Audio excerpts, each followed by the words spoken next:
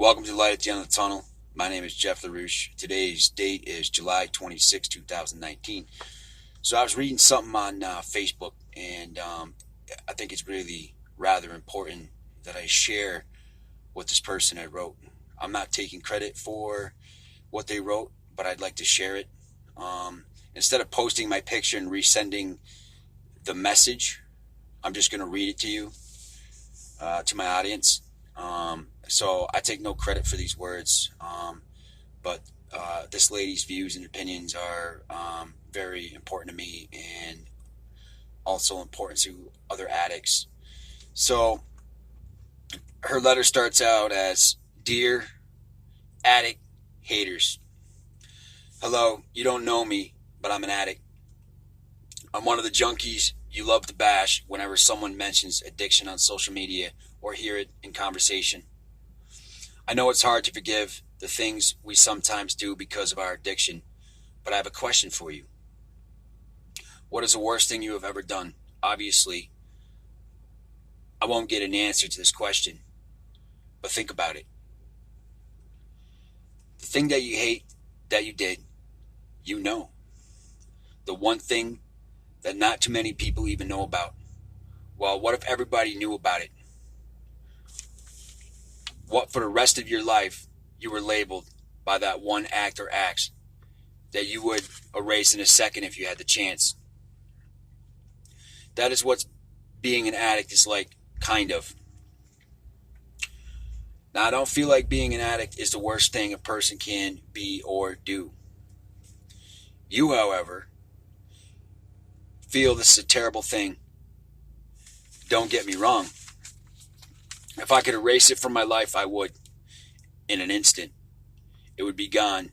But I don't have that option. I can't do what you do and pretend that this thing I did didn't happen. In order for me to ensure it never happens again, I have to work hard in making sure it doesn't."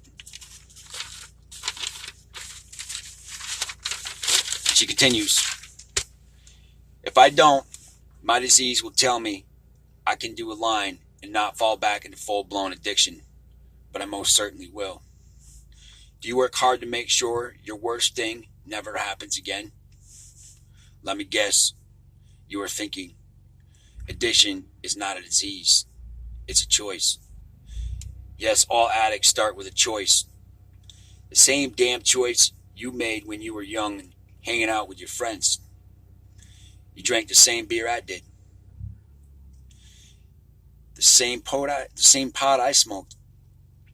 You even tried the same line of white stuff someone put in front of you at a party, etc., etc. You were able to walk away and not take it to the extreme, as we have.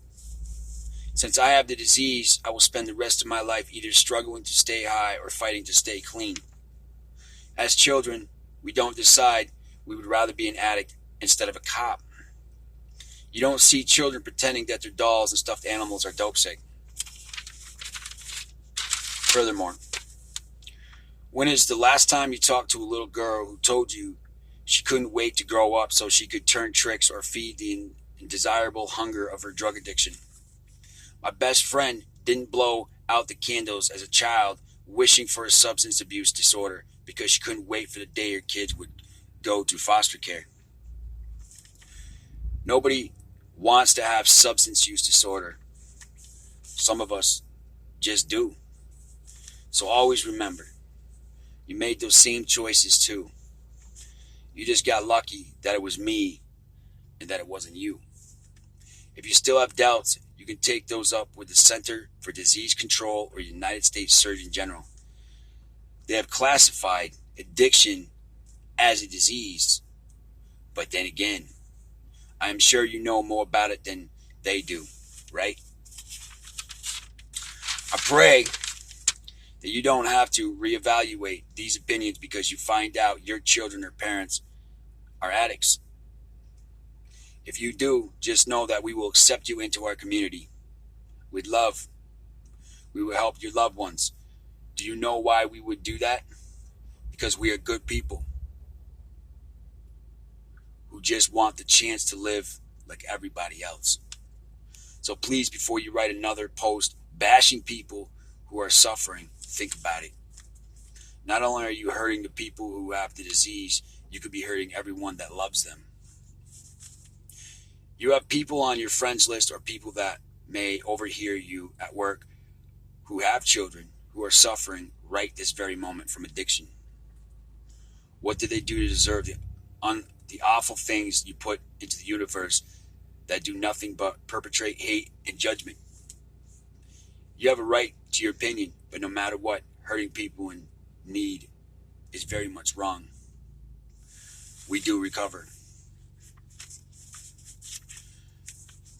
A little while ago, there was this thing on YouTube that I seen, and basically somebody had recorded a girl overdosing and posted it all over YouTube. That's wrong. That's not helping. That's basically making fun of this person. So I made a comment about it, and it's received 1,000 views plus. If you need some help, come look up my channel. My channel isn't about boasting or bragging, or trying to get rich or some sort of scheme.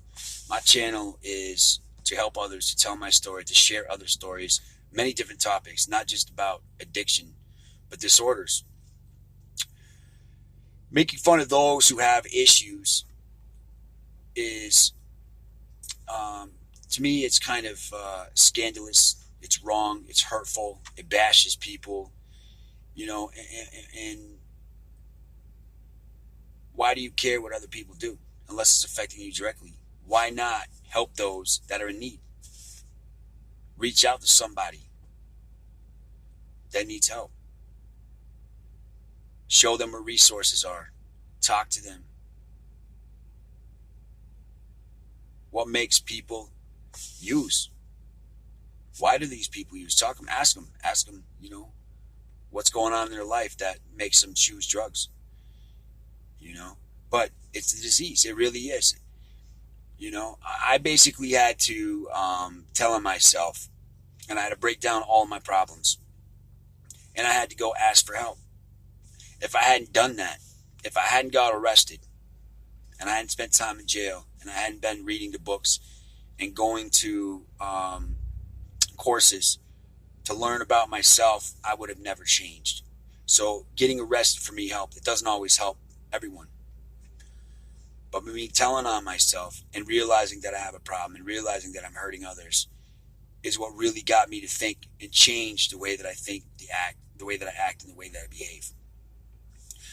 I have a support network, a big one, a huge one.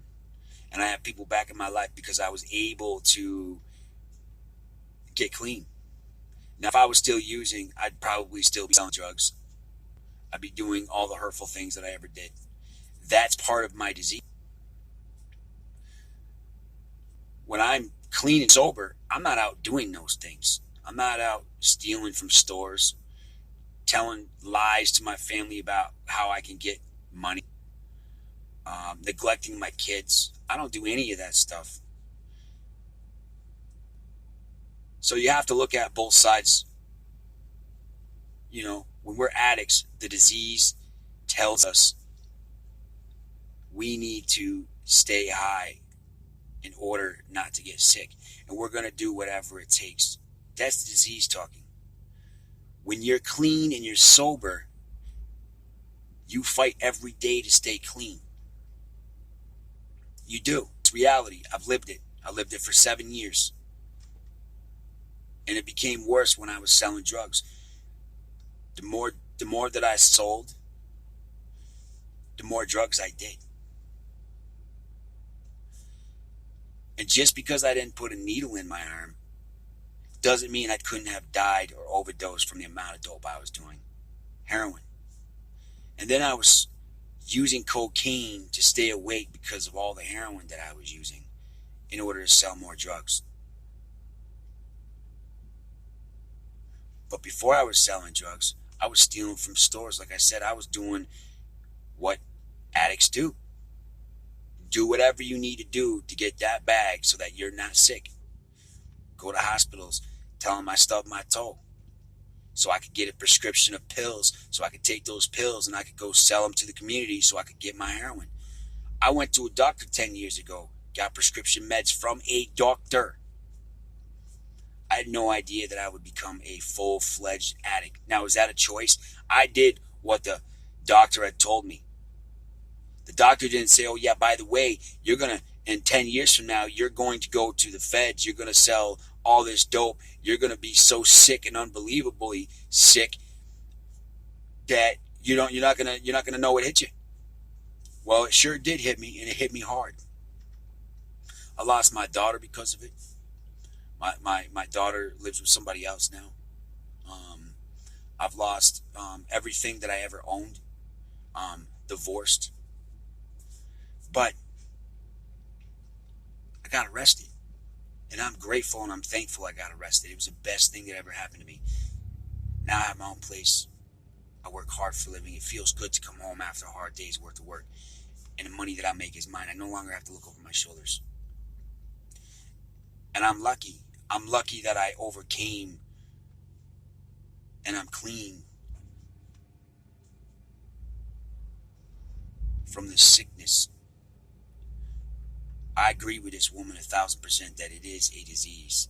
It will kill you. It absolutely will kill you. And you don't realize what you're doing when you're into it so deep. Some people never turn it around.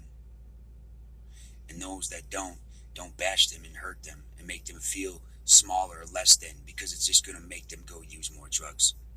Your words can actually affect somebody. It's a trigger to making them go back to the dealer to get a drug of their choice or any type of drug. It's not okay to sit here and bash people. And I don't care what people think about me. I made it very clear that I'm an addict.